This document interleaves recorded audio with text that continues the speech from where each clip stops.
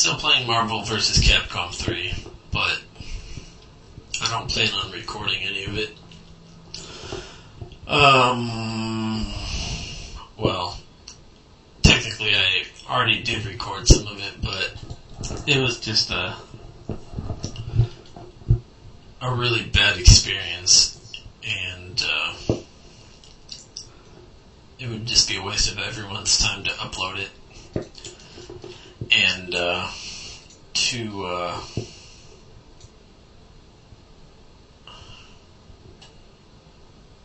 and it's just so inconvenient to record it that it's not worth trying to record more in the future. So anyways, now that we're through all that other stuff, we're finally going to talk about Crisis 2. Actually, I did talk about some of that already, didn't I?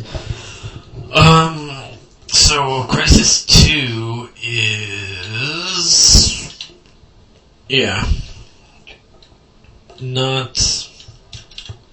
still not a game that I'm definitely gonna get, even though I don't really have anything else that I'm really looking forward to in the near future. We have Portal 2 that comes out in about 3 weeks, but the major issue I have with that is I'm not sure if that's really going to be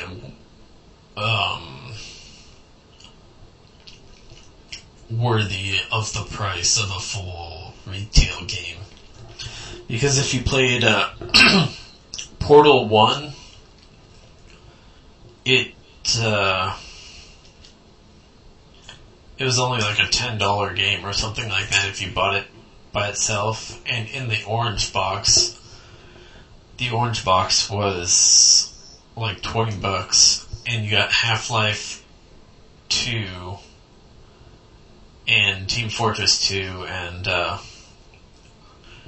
the first and maybe the second episode of Half-Life 2. Like the little expansion packs or whatever they were. I never really played Half-Life 2 or 1 for that matter, so I don't know exactly how that worked, but I think they were just like expansion packs. So basically Portal 1 was like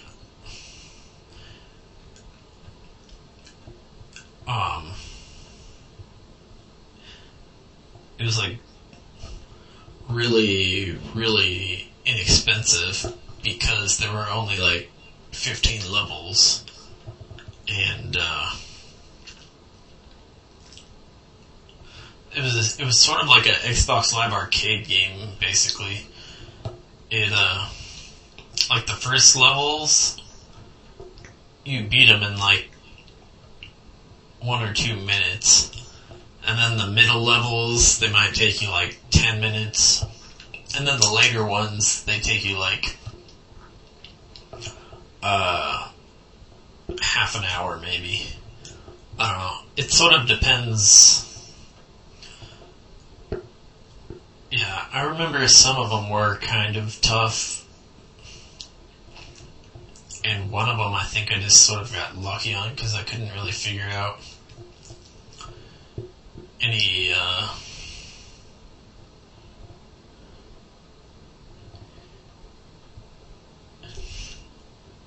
easy way to do it. Actually there were 2 of them like that. I felt like the way I did them wasn't how you were intended to beat them, but I don't know.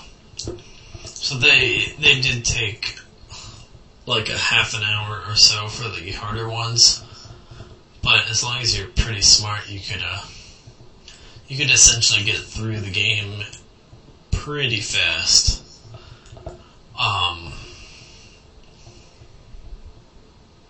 So yeah, I'm not sure if Portal 2 is really going to be the same value of a game. So that's why I'm not sure if I'm going to be getting it at least at full game price.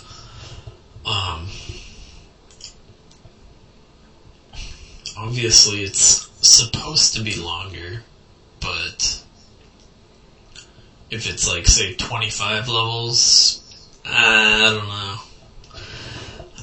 Not sure if that's really going to be worth it. So I think I might wait for some reviews to get a feel for whether or not Portal 2 is really the value that I would like to get out of my money. Or yeah. So that's the only game that's coming out relatively soon. There's some other games coming out in May and June and stuff that I might be getting, but I don't have them on the list yet because I don't know enough about them. I've decided I'm definitely not going to get Mortal Kombat, which I think comes out on the same day as Portal 2.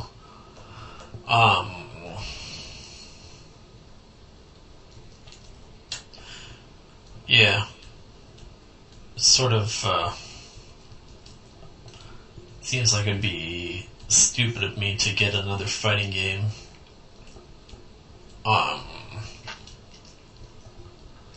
When I have Marvel vs. Capcom 3 to, play around with when I feel like that type of game. So, well, obviously they're quite different, but from what I've seen in Mortal Kombat, it's not. I don't think it looks as good, or at least not my type of game.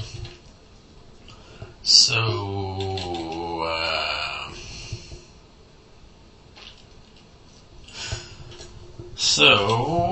I think I've pretty much talked about everything on here.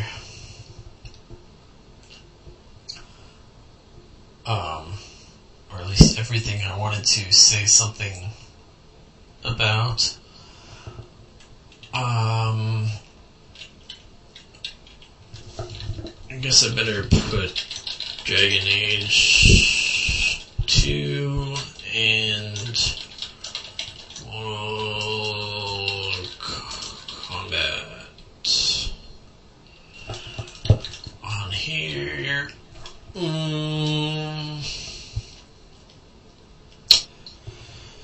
Okay. So what I am doing currently with my free time, besides playing some StarCraft 2, is trying to write some World of Warcraft add-ons. And to work on that, what's been happening is, I spent a few hours, I think yesterday, just kind of exploring what's changed since I played in the Burning Crusade. And,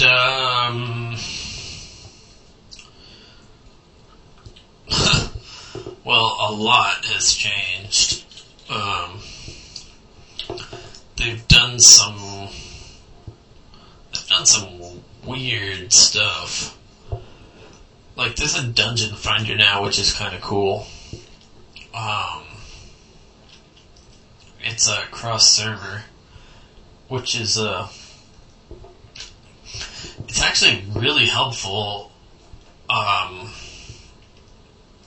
for certain areas of the game where they're basically just underpopulated, because that's a big problem with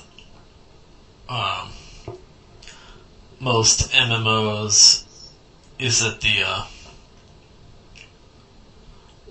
ones that I've played, is that they've been catering to the endgame content, which basically to keep subscribers. They don't want people leaving after they feel they've beat the game, so they keep coming out with major content patches to bring you new dungeons, new raids, and then of course the expansion packs that raise the level cap, and give you like tons more hours of stuff to play. So that dungeon finder thing is pretty useful at the lower levels.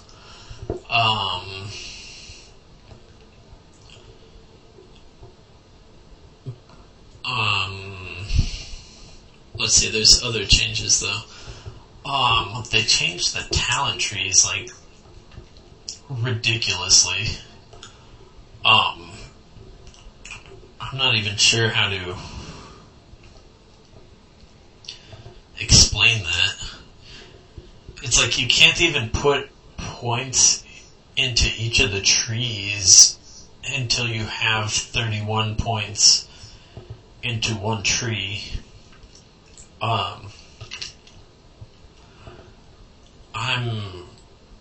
I'm guessing they did that to cater to the casual players that were basically using retarded builds and then getting owned.